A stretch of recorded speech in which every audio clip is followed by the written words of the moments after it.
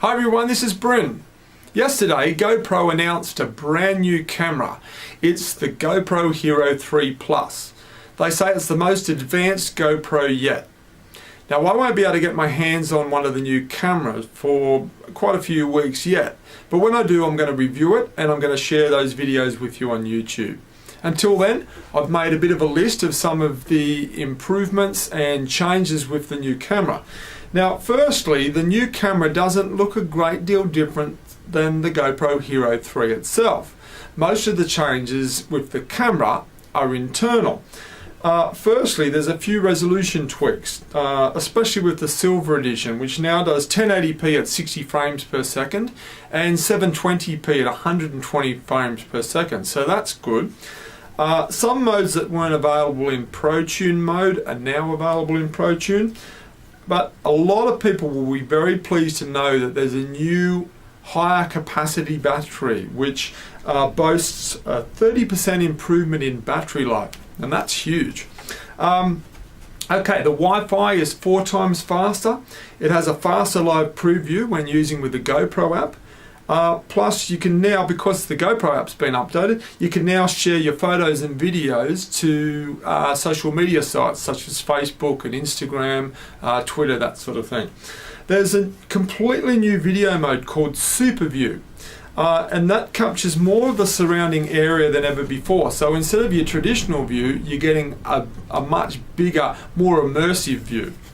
There's also a new auto low light feature.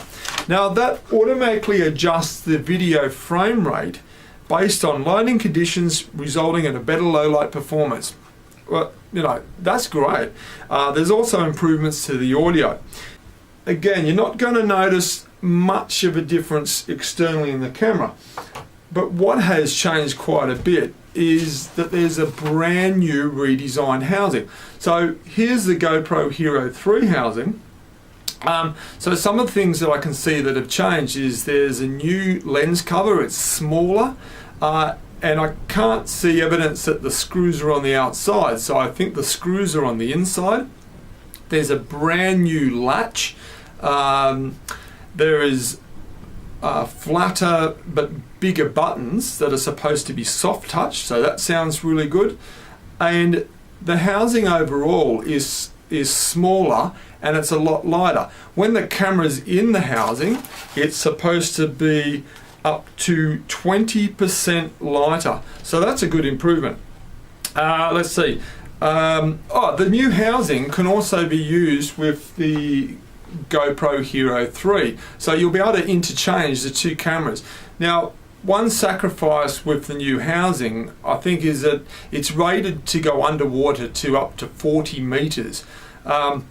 The old housing was 60 meters, but look, I think that's a great sacrifice because that's going to please the majority of users. Now, if you're a diver and you really need to go further underwater than 40 meters, then the old housing is still going to be compatible with the new camera. So that's a great compromise.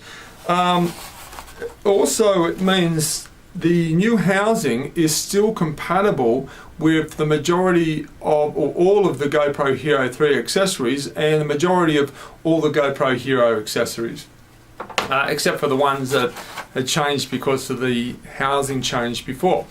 Now, but talking of accessories, there's a few new mounts that have been announced as well. Now, the first one, which I thought was really quite interesting, is very similar to my clamp mount, except it's got a gooseneck on it, something similar to, you know, the leg of this GorillaPod, and it goes on, you know, onto this clamp, and then the GoPro goes on the top of there. So that's going to be interesting, and I wouldn't mind getting hold of one of those and giving that a go.